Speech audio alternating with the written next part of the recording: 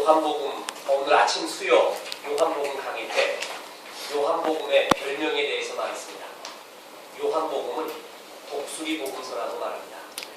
여러 이유가 있지만 독수리는 하늘, 태양을 직접 바라보는 유일한 동물이라고 합니다. 태양을 바라봐도 눈이 멀지 않는 독수리입니다. 여러분, 우리가 하나님을 직접 본다고 하면, 주의 영광을 직접 본다고 하면 눈이 멀어버리거나 죄인된 우리의 모습 때문에 죽어버려야 될 것입니다. 하나님이 요한복음을 통하여 괜찮다 얘야, 나를 직접 보거라, 나를 만나거라, 그러면서 독수리의 눈으로 우리를 보고 줬습니다. 우리의 문제가 아무리 크고 우리의 문제가 복잡하다 할지라도 주의 영광을 보는 날에는 모든 것이 해결이 됩니다. 이거야말로 완벽통치입니다. 내가 어떤 상황에 있던 간에 주의 영광을 보게 되면 나를 향한 하나님의 기회, 하나님의 뜻, 하나님의 은혜를 보게 되면 여러분, 그것은 정말 치유가 되고 주님 나라의 위대한 용서로 쓰게 됩니다. 그래서 요한복음에는 하나님의 영광을 본 사람들의 이야기가 쭉 나옵니다. 출애굽에서 모세가 막중한 임무를 맡았을 때 한 가지 구한 것이 있습니다. 주님, 내가 주의 영광을 보기를 원합니다. 하나님이 애국보다 세시다는 것, 이 천지 만물을 지배하고 섭리하고 있다는 것, 그 하나님이 나를 보내시고 나와 함께하고 있다는 그것만 보게 되면 내가 용기를 내겠습니다 라고 말합니다. 그게 주의 영광이에요. 주의 영광을 보면 그 어떤 문제라도 내 눈앞에 다 해결이 됩니다. 그래서 요한복음은 여러 주제가 있지만 독수리의 눈으로 직접 태양을 봐. 그래서 예수님이 하나님이라는 것, 하나님의 영광이 예수님을 통해 나타났다는 그 수많은 것을 직접적으로 표현합니다. 그런데 안타깝게도 요한복음에 보면 주의 영광을 수없이 드러내는데도 요한복음에 나타나는 수많은 사건들 가운데 하나님의 영광을 본 사람은 드물다라는 것이죠. 가나의 혼인잔치가 있었어요. 요한복음 1장에. 그 혼인잔치에서 물이 변하여 뭐가 되었어요? 포도주가 되었죠. 그때 주의 영광을 본 사람은 누구예요? 물도운 하인밖에 없어요. 그리고 마리아예요. 나머지 군중들은 전부 뭐냐면 포도주 맛에 대한 이야기를 해요.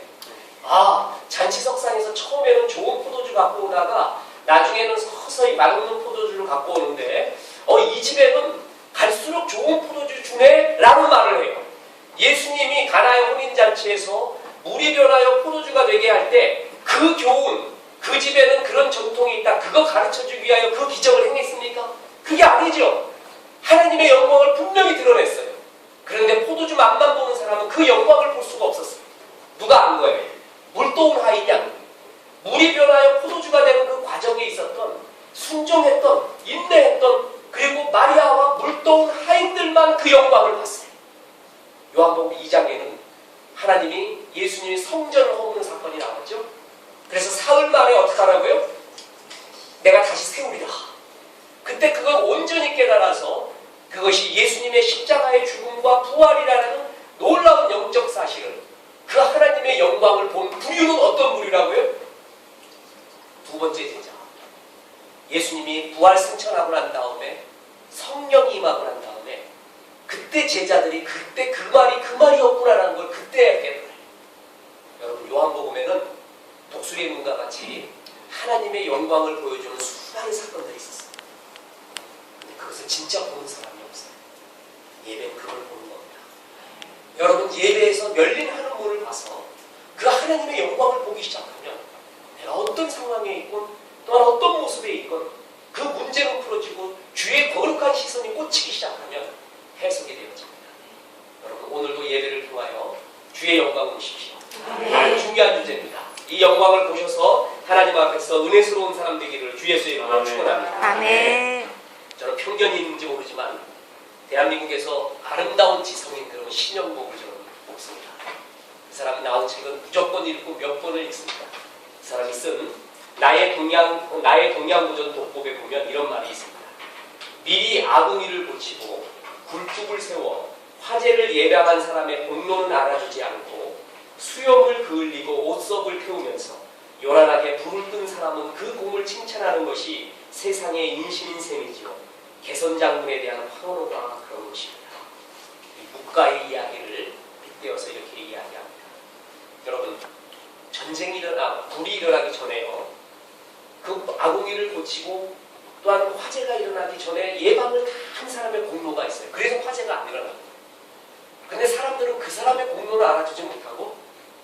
불이 났을 때 막 옷속 태워가면서 눈썹 태워가면서 막 불 끈 그 사람은 영웅이라고 합니다. 그 이야기를 하고 있는 거예요. 근데 신영복 씨가 말하는 건 뭐예요? 난세에 그런 불을 끈 사람도 영웅이지만 불이 안 나게 아예 미연에 방지하는 그 사람도 영웅이라는 것이에요. 난세에 영웅이 난다는 말이 있습니다. 여러분, 또한 시대가 영웅을 낳는다는 말이 있습니다. 어려운 시기가 되면 영웅이 금방 보입니다. 누가 영웅이고 누가 사고났지 말이에요. 근데 여러분, 그만 영웅인 것이 아니라 전쟁이 일어나기 전에 아예 전쟁을 미연에 방지한 사람, 그 사람도 영웅입니다. 그리고 전쟁 후에 평화의 시기가 왔죠. 그 평화의 시기를 잘 이끌어가는 사람, 그 사람도 영웅입니다. 아니, 전쟁이 일어난 후에 상한 심령이 가득한 그 사람에게 치유의 손길을 보내주는 그 사람도 영웅입니다. 다 영웅이에요. 하나님 나라에서. 오늘 말씀이 바로 그렇습니다. 여러분, 오늘 말씀에 상한 심령을 치유했던 사람, 그리고 평화의 시기를 잘 유지했던 사람의 이야기가 나오는데 그 두 사사가 놀라와 야일이라는 사람입니다. 여러분, 앞장에서 기드온의 아들 아비멜렉이 스스로 왕이 된 후에 3년 만에 자기를 지지했던 세겜 사람에 의해서 다시 밀려나고 전쟁이 일어나죠. 여러분, 악한 동맹은 결국 원수됩니다. 여러분, 진짜는 어려워 볼 때 알아요. 고난당해 보면 누가 진짜고 가짜인지. 세겜과의 동맹은 어떤 거예요? 가짜 동맹이었어요. 가짜. 이득을 위한 조금의 어려움이 오고 기득권 싸움이 오니까 바로 원수로 변해요. 여러분, 이것이 세겜과의 전투 아니었습니까? 여러분, 이제 이스라엘 사람들은 그걸 보고 한심하거나 눈물이 나왔어요. 왜냐하면 그 전까지의 사사는 전부 뭐였습니까? 외부의 침입, 미디안이니 블레셋이니 이런 사람들과 침입한 걸 싸운 게 사사였어요. 그렇죠? 그런데 기드온 이후에 아비멜렉은 어떤 사람이었습니까? 동족끼리 싸우게 만들어요. 동족끼리. 이게 무슨 나라의 꼴이냐 이거예요. 한심한 거예요. 자괴감이 일어나는 거예요. 의료구도 우리가 하나님의 백성이냐? 외부의 침입도 아니고 우리끼리 죽고 죽이는 전쟁이라니 얼마나 상실감이 컸겠습니까? 여러분, 외부에 아무리 적이 있어도요 힘들지 않아요. 진짜 우리를 망치는 건 내부적입니다. 여러분, 이 내부가 우리를 얼마나 괴롭게 하고 이 내부에 전쟁이 일어나면 얼마나 괴로워. 이 상실감 속에 있을 때 그것을 치유한 사람이 바로 놀라입니다. 여러분, 사사기에는 12명의 사사가 등장합니다. 그런데 그 12명 중에 6명을 대사사라고 하고 또 6명을 소사사라고 합니다. 선지자 중에서 기록을 많이 했던 많은 이야기를 기록한 것을 대선지서라고 말하고 기록이 적은 것을 소선지서라고 말해요. 이 대소라고 나눌 때 굉장히 주의해야 될 것은 대라고 들어간 거는 위대한 일을 하고 소라는 이름은 작은 일을 했다 이렇게 분류하면 안 됩니다. 그냥 분량 때문에 대소를 나눈 거예요. 그래서 많은 이야기를 기록한 것이 대선지서, 작은 이야기는 소선지서 이렇게 말합니다. 마찬가지로 사사 중에서도 대사사가 있고 소사사가 있습니다. 대사사는 뭐냐면 그 기록의 분량이 많은 거예요. 소사사는 굉장히 작은 거예요. 또 하나의 분류는 대사사는 전쟁의 영웅이었어요. 그런데 소사사는 전쟁의 영웅이 아니라 전쟁 후에 평화의 시기를 이끌었던 바로 그런 치유와 평화의 사사들, 그게 소사사의 이야기였습니다. 그래서 대사사 보면은 온니엘, 에훗, 드보라, 바락, 기드온, 입다, 삼손 같은 게 나오고 소사사는 삼갈과 놀라, 야일, 입상, 엘롬, 압돈 이런 사람들이 소사사의 이야기로 등장합니다. 오늘 그 소사사로서 놀라와 야일에 대한 이야기. 먼저 놀라는 성경에 굉장히 작은 분량을 가지고 있지만 성경학자들이 그를 치유의 지도자라고 말하고 있습니다. 사사기 10장 1, 2절 4쪽에 나옵니다. 한번 볼까요? 아비멜렉의 후예 같이 읽겠습니다. 시작. 아비멜렉의 후예 이스라엘 가장 고도의 존자 노아의 아들 골라가 일어나서 이스라엘에 뛰어나고 하니라. 그가 에브라임 산지 3인에 거하여 이스라엘에서 사가 된 지 23년 만에 죽음에 이것이 놀라에 대한 이야기 전체입니다. 이사갈 사람 도도의 손자 부하의 아들. 여러분, 이런 사람이 도대체 이 이야기는 뭘까? 여러분, 아비멜렉이라는 왕이시다. 거창하죠? 그런데 이름에 반대되게 아주 완전히 칼과 창이 되고 가시가 되어서 이스라엘을 찔렀습니다. 그런데 그 후에 나타난 몰라의 이름의 뜻은 벌레라는 거예요. 여러분 벌레 하면 이미지가 어떻습니까? 좀 더럽고 추하다? 그렇지 않습니다. 하나님이 이 벌레같이 미약한 사람을 쓰셔서 구원의 역사를 이뤘다. 이 벌레 같은 나도 주님이 뭐라고요? 쓰신다. 얼마나 좋은지 모르죠. 영광은 영광이고 멋진 사람보다 못난 사람 쓰시는 하나님이 그렇게 좋습니다. 몰라의 뜻이 벌레예요. 여러분 은혜 받으면 받을수록요 아비멜렉이라고 말하지 않습니다. 몰라 나는 벌레라고 합니다. 여러분 은혜 받기 전 바울 사도의 이름이 뭐였습니까? 사울이요. 사울의 뜻이 뭔지 아세요? 큰 자예요. 그런데 주님의 사도 되고 난 다음에 그는 뭐라고 합니까? 바울. 그 뜻이 뭐예요? 자선자라고 합니다.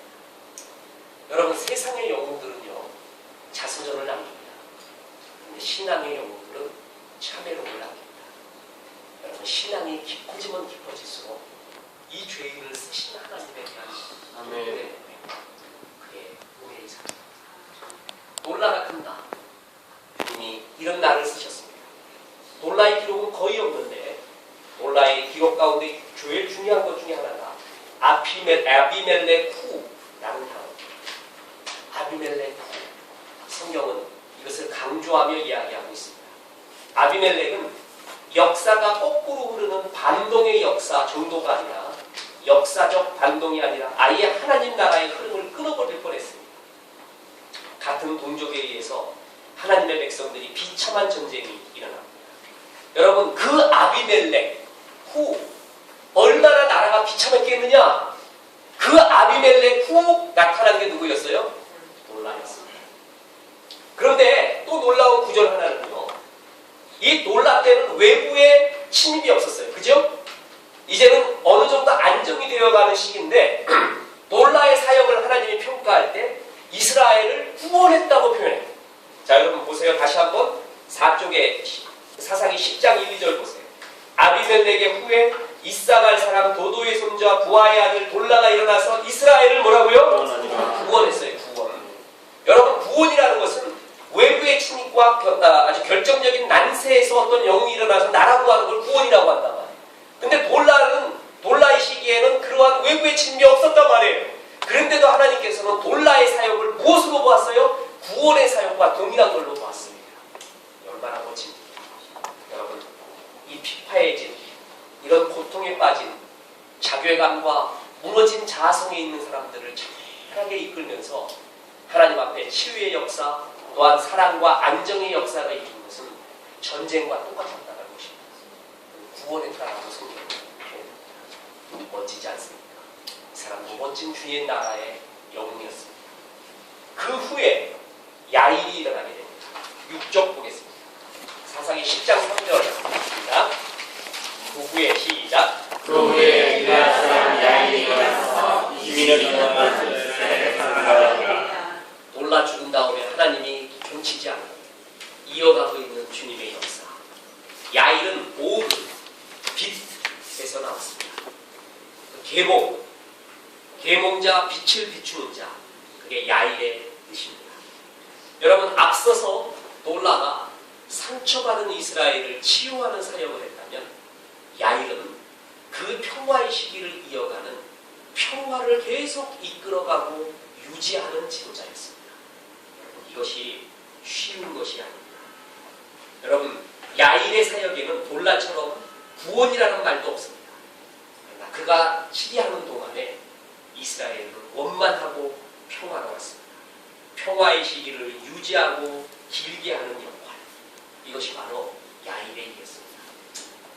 여러분 살다 보면 말이에요.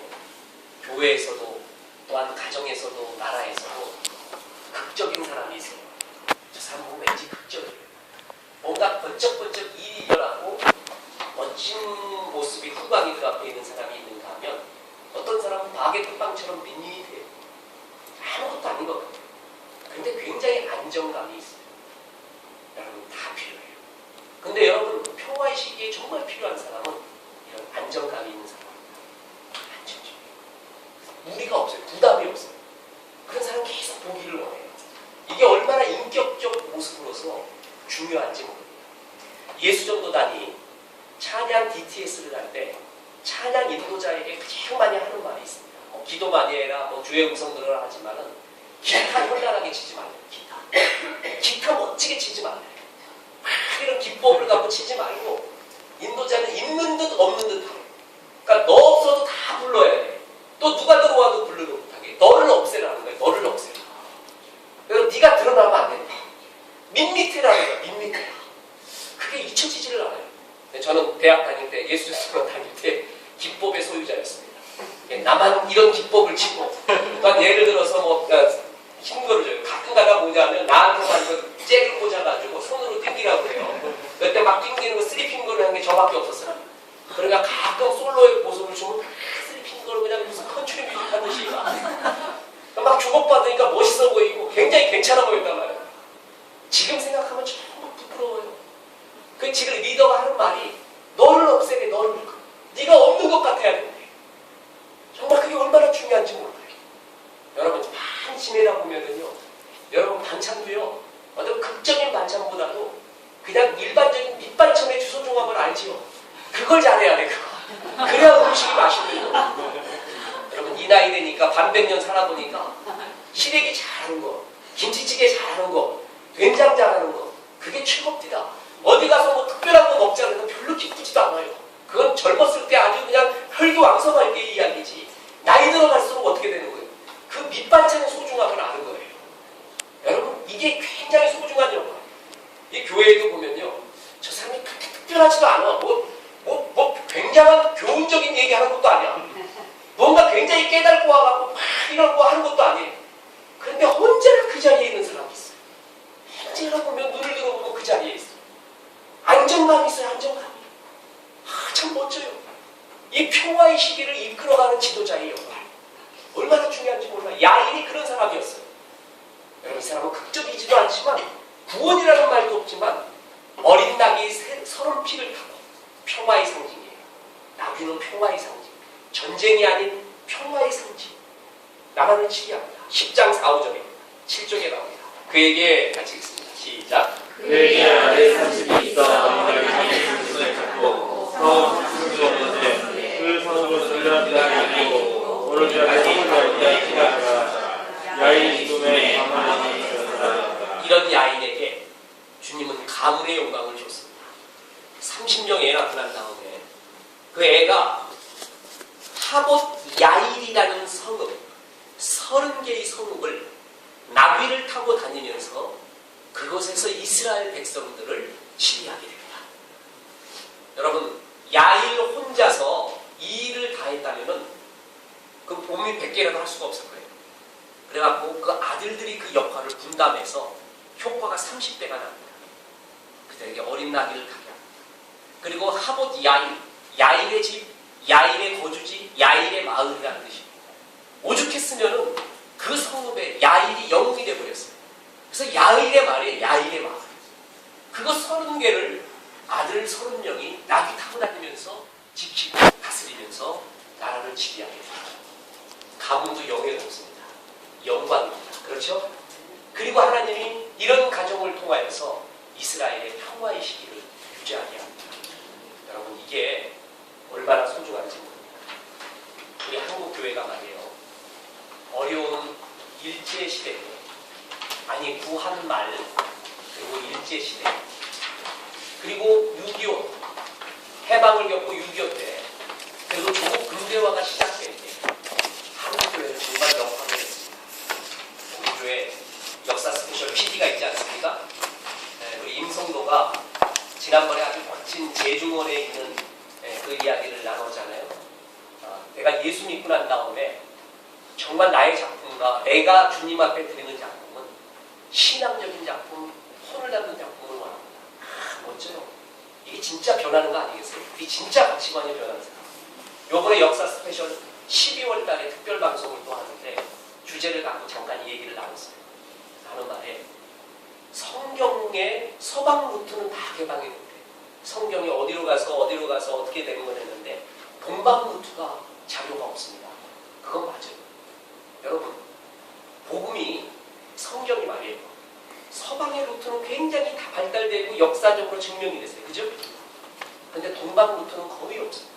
딱 하나 뭐냐면은 로마 황제가 인도에 성경 보내고 인도에 복음 전했다는 기록까지 남아있고 그 후에 딱 끊겨버려요.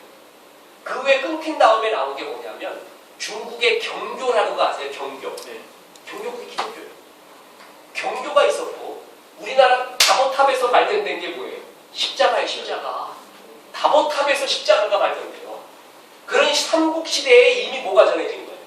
복음이 전해진 거예요. 다만 꽃을 피우지 못한 거예요. 삼국시대부터 복음은 전해졌는데 꽃을 피우지 못했던 거예요. 그래서 그걸 쫓아가려고 합니다. 그런데 가장 문제가 뭐냐면 so what? 그래서 그거의 교훈이 뭐예요? 여기서 막히는 거예요. so what? meaning, 의미의 문제에서 계속 고민되는 거예요. 이걸 완전히 신앙적으로 나가면 괜찮겠는데 아주 예를 들어서 우리나라가 복음의 꽃을 피운 거는 지금 외국 선교사들이 그때 들어와가지고 복음 전한 것도 있지만 사실 하나님의 섭리 가운데 옛날부터 복음이 들어와서 다보탑에 십자가가 들어갈 정도다. 이렇게 나가면 딱 미닝이 되죠. 근데 그걸 방송에 내보낼 수는 없는 거 아니에요. 그러니까 그 세속적인 걸 어떻게 하면 좋겠는가 좋아할 이런 게 미닝을 못 찾아서 야단인데 그러면서도 하는 말이 기독교가 한국의 역사에 결정적인 위기의 순간에 얼마나 역할을 했는지 모른다. 여러분, 나만의 지도자가 없었습니다.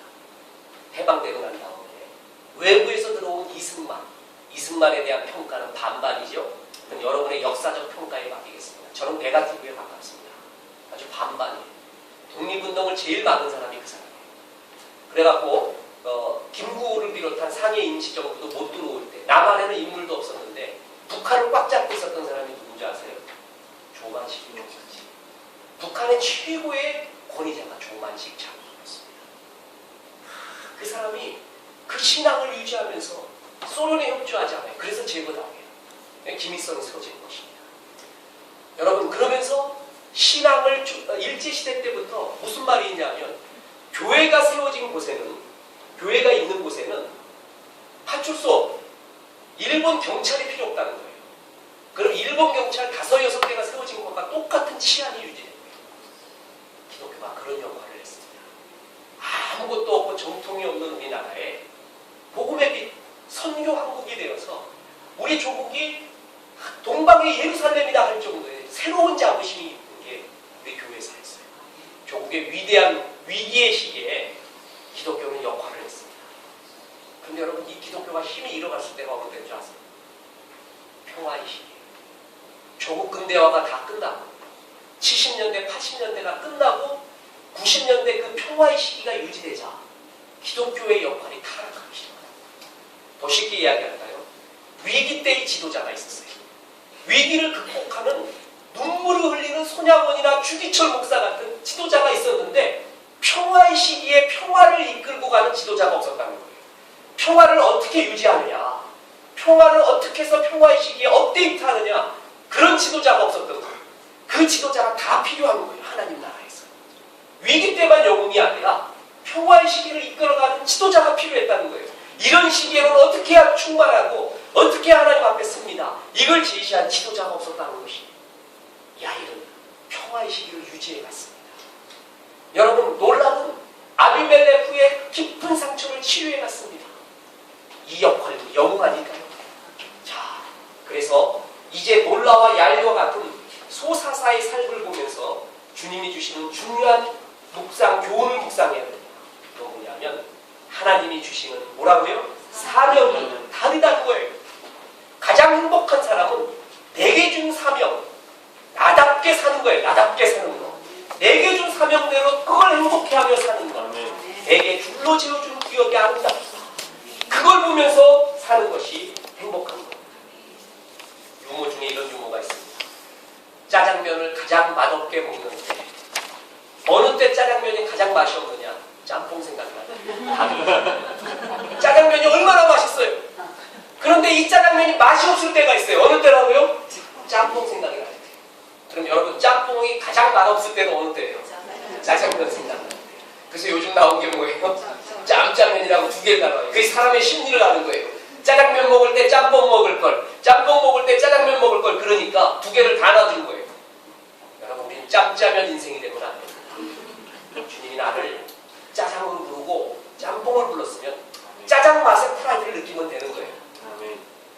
목사가 제일 괴로울 때가 뭔지 아십니까? 목사도 은사가 있는 거예요. 주님이 나에게 주신 은사가 있습니다. 근데 여러분, 만약에 성도들이 와갖고 목사님 어디 기도원가 봤더니 뭐 어떤 성령의 불이 임하던데 우리는 불이 없어. 이거 짜가 아니요. 뭐 이래버려요. 예를 들어서 우리 교회 성도들 중에 그런 사람이 없기 때문에 제가 편하게 말하는 거예요. 그런 말 한 사람 딱 있으면 바로 상처 나올 거 아니에요. 없기 때문에 제가 극단적인 예를 든 거예요. 거기에 가봐야 없는 게 또 있어. 우리 교회 오후에 축구 안 합니다. 닭 잡아먹고 게 잡아먹고 축구 안 해요. 너무 바빠갖고. 근데 다른 교회 가보면 오후에 축구만 하는 교회가 있어. 왜 우리는 뭐 안 하느냐고요? 축구 안 하느냐고. 그 교회에 없는 것이 우리에게 있어요. 이게 소중한 거예요. 이게. 여러분, 정말 중요한 것은 뭐냐면 내가 왜 짬뽕 맛이 없지가 아니라 주님은 나를 뭘로 불렀어요? 짜장면으로 부른 거예요. 그걸 발견하는 것이 인생이라는 거예요. 그게 바로 하나님이 내게 주신 은혜. 이게 얼마나 소중한지 모릅니다. 내 남편, 그리고 내 아내, 내 자식 죽이는 거. 내 자식 죽이는 최고의 적이 뭐라고요? 엄친아. 그게 뭐라 그래요? 뜻이? 엄마의 친한 아들. 걔가 내 자식 다 죽여. 걔는 항상 좋은 것만 객관 멀리서 보면 풍경이에요. 여러분, 가까이 들어가 보잖아요. 그 풍경도 추억이 그지없습니다. 어떤 풍경도 가까이 가면 일상입니다. 제일 아름다운 건 일상 속에서 풍경 발견하는 사람이 실력이에요. 멀리서 보면 다 풍경같이 보여. 멋져 보여. 들어가봐. 진짜 어디든 들어가봐요. 다 일상이에요. 엄친아 가봐. 똑같이 문제 있는 놈이야. 그런데 겉보기에는 뭐예요? 우리 애하고 비교해갖고 말도 안 되는 것 같아. 그러니 자꾸 얘 얘기하지. 그러면 애는 죽어가는 거예요. 얘에게 주신 하나님의 사명이 있어요. 얘한테만 있는 것이 있고 얘한테만 주신 주님의 아름다움이 있어요. 그게 소중한 거예요. 신앙은 그거의 프라이드를 느끼는 거예요. 대사사는 대사사의 역할을 하는 게 있어요. 전쟁 때의 영웅이 있고 평화 시기의 영웅이 있고, 아니 전쟁과 평화 중간에 치유하는 자도 영웅이란 말이죠. 하나님 나라에서는 이렇게 각자의 역할이 다 다르게 줬다는 거예요. 내 은사가 뭐냐는 거예요.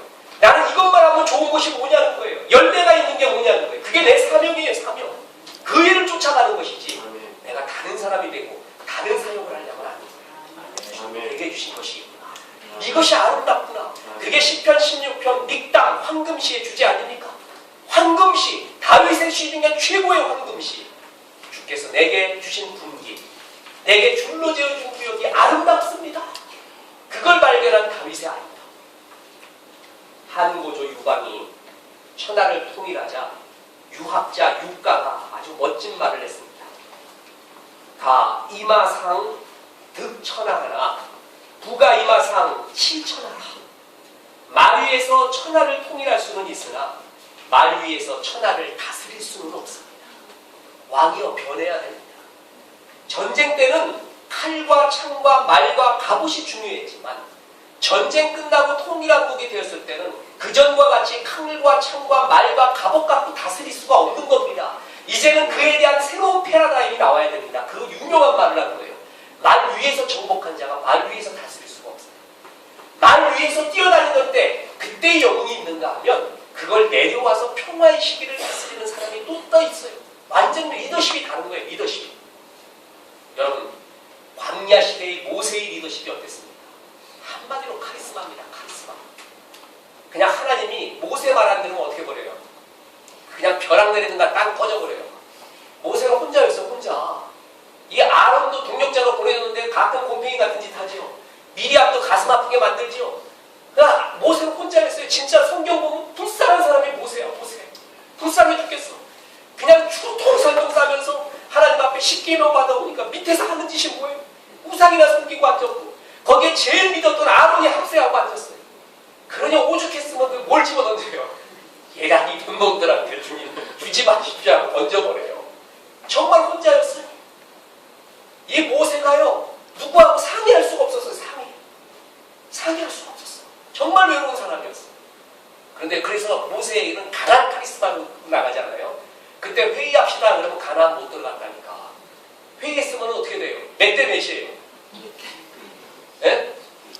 10대 2가 아니라 그 8명을 쫓아갔던 민중까지 합치면 거예요. 모세, 여호수아, 갈렙 빼놓고는 전부 들어가지 말자야. 이때 민주적으로 합시다. 민심은 천심이니까 투표해봅시다. 그러면 아직도 이스라엘은 가나안 못 들어갔어요.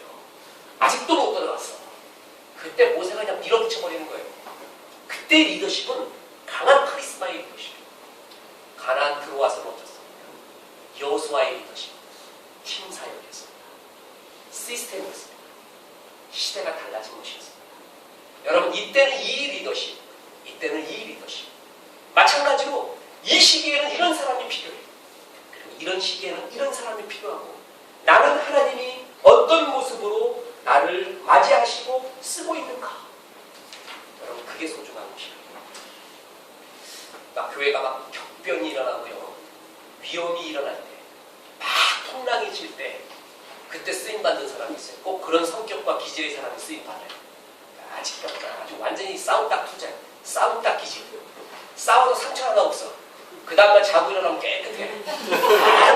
상처 있어. 정말 그냥 뭐 머피노크럼 하나 딱 바르고 난 다음에 빨간 약 하나 바르면 씩씩하게 또 나와. 또 붙을 거 없나? 뭐 있으면 말만 해요, 목사님. 뭐 이래가면서 그런 기질이 있다니까. 그런 기질은 난세에 굉장히 필요해요. 한마디 말만 하면 상처야. 내리는 눈송이에도 상처받는 사람이 있어. 얼마나 열인지 몰라. 근데 이런 사람은 평화의 시기에 끝이없는 사람이에요. 또 부드러워. 아주 유해요. 아무런 굴곡이 없어요. 다 좋아해. 이런 사람도 평화의 시기에 필요하고. 사람마다 쓰이는 용도가, 그리고 하나님 앞에 드려지는 용도가 다. 여러분, 말 쑥스럽게 하고요, 대인관계도 막 할 때 그냥 내성적이고 뭐한 사람, 이 사람 전도 잘 못해요. 무리는 없어. 무리. 아무 무리 없어. 그냥 둥글둥글해. 여러분, 그런데 뭐냐면 너무 둥글어서 자기가 없어. 여러분, 사람은 두 종류가 있는데, 너무 뭐가 나서 맨날 부딪히는 사람, 너무 둥그러워서 자기가 없는 사람이 있어요. 그래서 연필이 육각형이야. 둥글지도 않고 사각형도 아니고 말이에요. 여러분, 어떤 사람은 정말 둥근 거에 가까운 사람이 있고 각형에 가까운 사람이 있어요. 하나님이 이상하게 기질을 그렇게 줘요. 이 괄괄한 사람이 있어요. 좀 혈기도 있고 뭐 이런 사람이 있어요. 하나님 앞에 잘 드려지면 그 사람은 전도가 됩니다. 까짓거 사람 부딪히면 좀 무서워하지 않아. 아무데나 들어가서 바깥 사람 달라 그러면서 전도에 받아. 바로 얘기해요. 막 아니면 아니고 데리고 오고 막 그냥 뭐가지 잡고 끌고 와요. 씩씩하게. 이거 내성적인 사람 그거 못해요. 그러면 하나님이 쓰는 사람이 달라. 역할이 달라.